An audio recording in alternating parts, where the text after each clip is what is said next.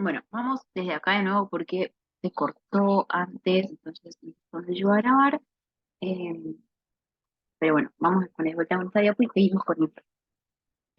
Entonces, habíamos dicho que teníamos dos modos de regular la velocidad del ciclo de Krebs, que era la regulación enzimática, de la cual ya hablamos antes, y la regulación según el estado energético y el estado redox, perdón, de la célula. Y entonces, estas dos relaciones, ATP-ADP y NADH-NAD, son las que van a regular sí, la velocidad del ciclo de Krebs con mucha mayor intensidad que la, la regulación alostérica de las enzimas. ¿Sí? O sea, esta regulación es la más importante, la que tenemos aquí en pantalla. Entonces, recuerden que si yo me quedo, o sea, si yo tengo muchas coenzimas reducidas, me quedo sin coenzimas oxidadas. Y si tengo mucho consumo, o sea, tengo mucho ATP, mucha producción de ATP, la célula frena, ¿sí? La velocidad del ciclo de Krebs. ¿Bien? Y viceversa. Cuando yo tengo mucho consumo de ATP, o sea, tengo más ADP, digamos, que ATP, estoy usando mucho ATP, la velocidad del ciclo empieza a aumentar. ¿Sí? Fíjense que ahí lo tienen recuadrado, la intensidad en la obtención del ATP es uno de los principales factores que regulan la velocidad del ciclo. ¿Bien? O sea, la célula se va a guiar por esto para ver qué tanto eh, aumenta o reduce la velocidad del ciclo. Un detalle para tener en cuenta, las vías metabólicas nunca se frenan del todo ni se detienen 100%. Son términos que usamos en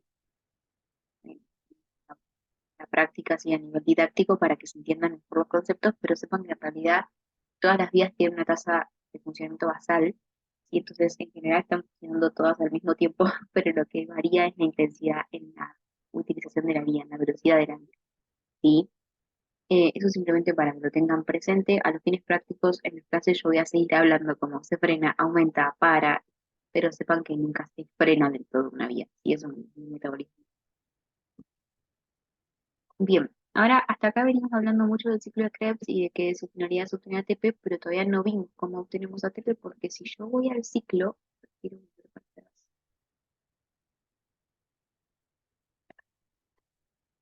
Fíjense acá. Si yo voy al ciclo, yo lo único que tengo es la ganancia de una molécula de GTP.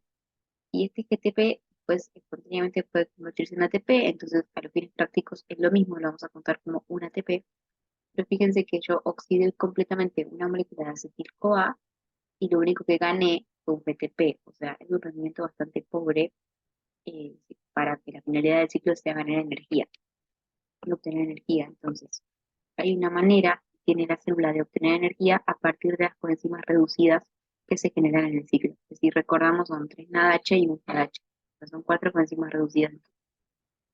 Estas cuatro coenzimas reducidas pueden utilizarse, ¿sí? A nivel de la cadena de transporte de electrones para justamente producir fosforilación del ADP. Ahora vamos a ver cómo este es el proceso de la fosforilación oxidativa. Pero antes, algo que no les dije, que el ciclo de Krebs es una vía metabólica que se localiza en todas las células, ¿sí? Eh, y que la localización celular es acá, en la matriz mitocondrial, y está acá en la matriz mitocondrial. Es decir, todas las células que tengan mitocondrias van a tener ciclo de Krebs. ¿Sí? Acuérdense que está en la matriz mitocondrial. Entonces, todas las coenzimas que se producen acá, por ejemplo, en el ciclo de Krebs que está en la matriz, se trasladan después a esta cadena de transporte de electrones, pero ahora vamos a ver que está acá, ¿m? En la membrana mitocondrial interna. ¿Sí? Y entonces, una vez que se trasladan a esta cadena, las coenzimas se van a ir reoxidando de a poquito para finalmente formar ATP. Vamos a ver cómo es este proceso de formación de ATP a partir de las coenzimas reducidas. Y entonces, lo primero que hago es ceder las coenzimas reducidas a la cadena. Vamos a ver la estructura de la cadena. Está formada por cuatro complejos, que los complejos son estructuras proteicas, de las cuales tres son transmembrana y una no. En la foto no se ilustra muy bien, pero créanme que el uno, el 3 y el 4 son complejos transmembranas, es decir, que atraviesan la membrana mitocondrial interna.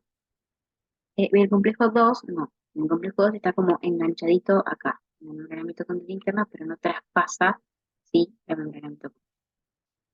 Entonces, estos complejos tienen capacidad redox, es decir, pueden oxidar a las coenzimas.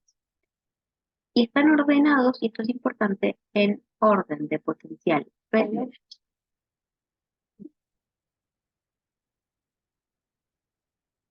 en orden de potencial redox creciente, es decir, que van de menor capacidad de potencial redox a mayor capacidad de potencial redox.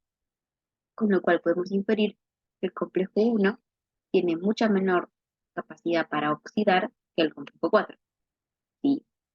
Y por último tenemos un último aceptor un último, no es un complejo, sino que sería como el último aceptor de electrones y de la cadena, que es una molécula de oxígeno. Bien. Por eso decimos que la cadena de transporte es oxígeno dependiente, porque si no hay oxígeno, que es el último aceptor, la cadena no funciona. Entonces, ¿cómo funciona esta cadena? Bueno, llegan las coenzimas reducidas a los complejos. Específicamente, el NAD reducido se recibe a nivel del complejo 1, ¿sí? Y el FAD reducido se recibe a nivel del complejo 2. Entonces, lo que hace el NAD es ceder sus equivalentes de reducción, o sea, sus electrones y sus protones, ¿no? ¿Se acuerdan que vimos cuando vimos la estructura del NAD y el FAD? Al complejo 1. Bien. Y acá pasa lo mismo. Y si ustedes se acuerdan, en la reacción de succinato a fumarato, vuelvo para atrás. De succinato a fumarato, ¿sí? Hay una deshidrogenación y se produce una molécula de FAD. Bueno, entonces, tengan eso en mente. Fíjense, yo me voy al complejo 2, ¿sí? Y lo que pasa es que el complejo 2, o sea, en este mismo complejo 2 se encuentra la enzima que va a producir esta reacción.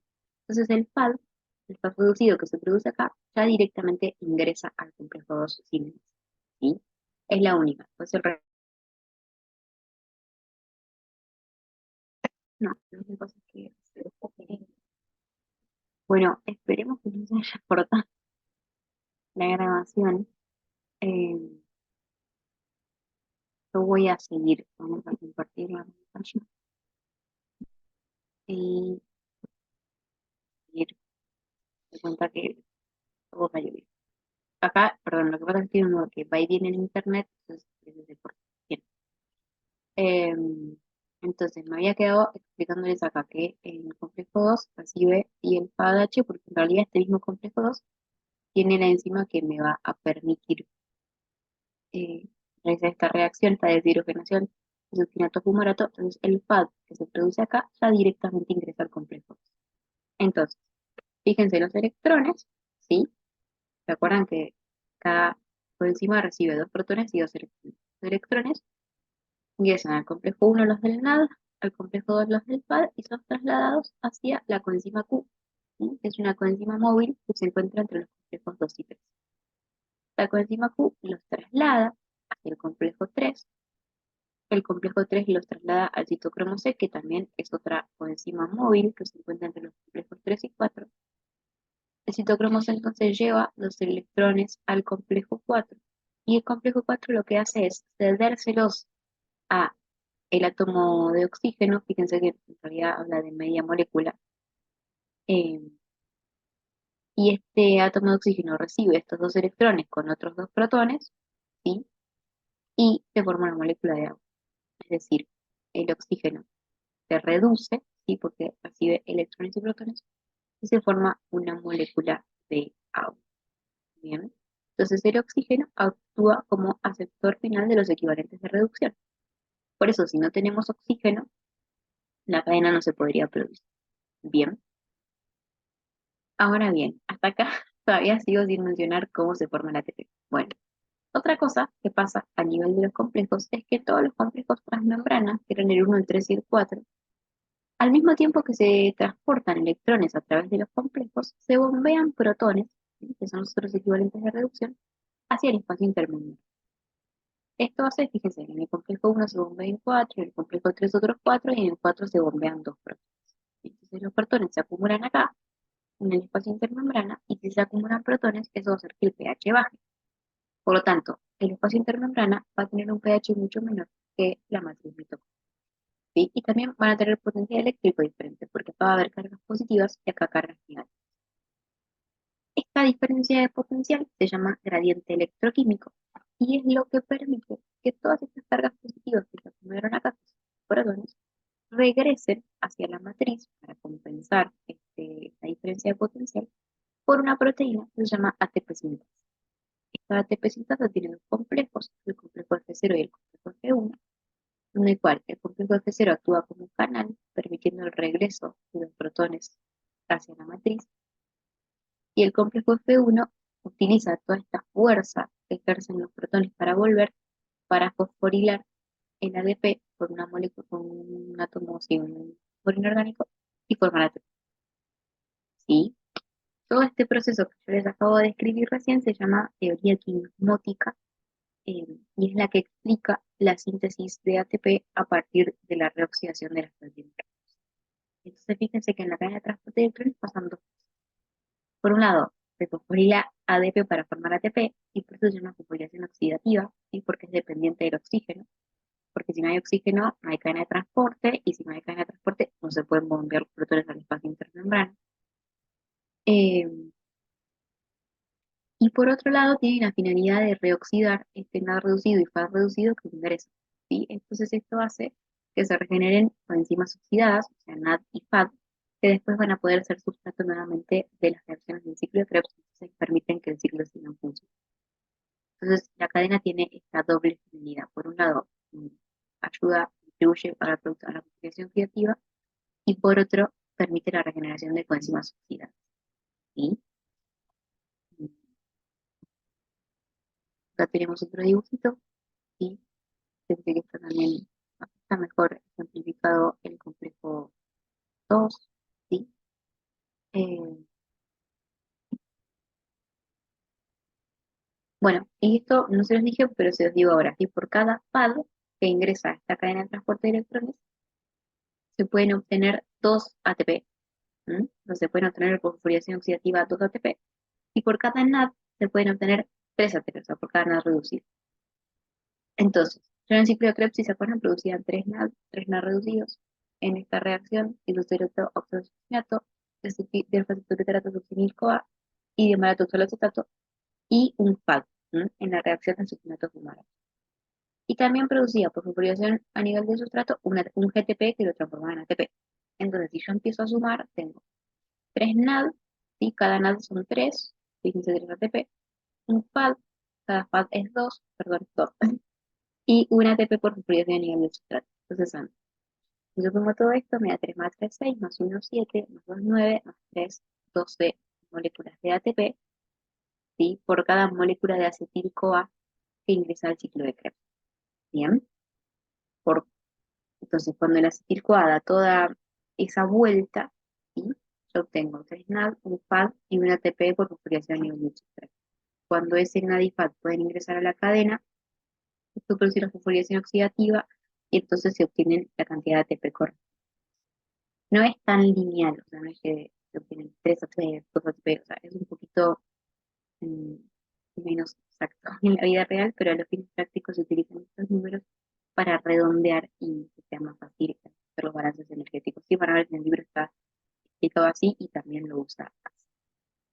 Entonces, fíjense que, al fin y al cabo, el ciclo de Krebs es bastante rendidor, porque por cada molécula de acetil-CoA que ingresa y se oxida por completo, o sea, ¿con qué me refiero cuando se oxida por completo? Hace el ciclo de Krebs y también la cadena de transporte de electrones y la fosforilación oxidativa, se obtienen 12 moléculas de ATP, lo cual es... eh, ¿qué más de esto? En líneas generales, más o menos está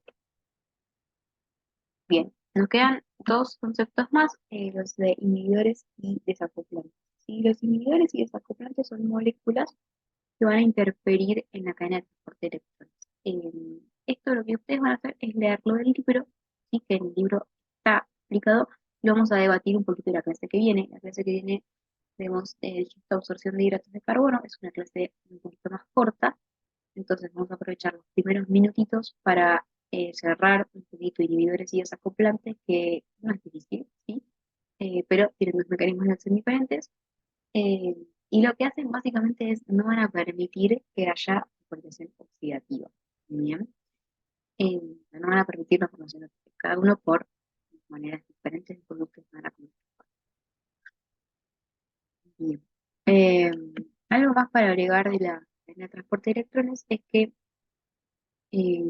¿por qué tanto lío, ¿no? ¿Por qué tantos pasos para realizar la oxidación oxidativa? ¿No sería más fácil directamente, bueno, ya, fosforilo la ADP y listo? Bueno, no es tan fácil, porque en realidad esta cadena, como les dije, está ordenada según un orden de potencial redox creciente. Esto hace que no se libere mucha energía de golpe, ¿no? Si yo directamente agarrara el NAD y le cediera todos los electrones al oxígeno, ¿sí? O sea, fuera directamente al último paso, liberaría una gran cantidad de energía en forma de calor. Y eso haría que eh, la célula no tolere, digamos, tanta cantidad de calor, entonces no sería compatible con la vida. Esta es una manera de que la cantidad de energía que se va liberando en cada reacción sea gradual, ¿sí? Y no produzca un aumento brusco en la temperatura celular que podría ser dañino para la célula. Bien, tiene que ver con eso. No recuerdo si hay algo más con este concepto que les dije lo van a ver ustedes y después sí les voy a explicar un poquito esto de lanzaderas. Con esto ya eh, terminamos por hoy. Pero voy a explicar en otro video aparte, así no sé. Eh, bueno, hasta acá todo lo que es ciclo de presión y fosforilación oxidativa. Hagan el TP, y que está cargado al campus, háganlo y la clase que viene lo debatimos entre todos y lo ponemos en común. ¿Sí? Bueno, eso es todo por ahora. Les grabo las laderas y ya.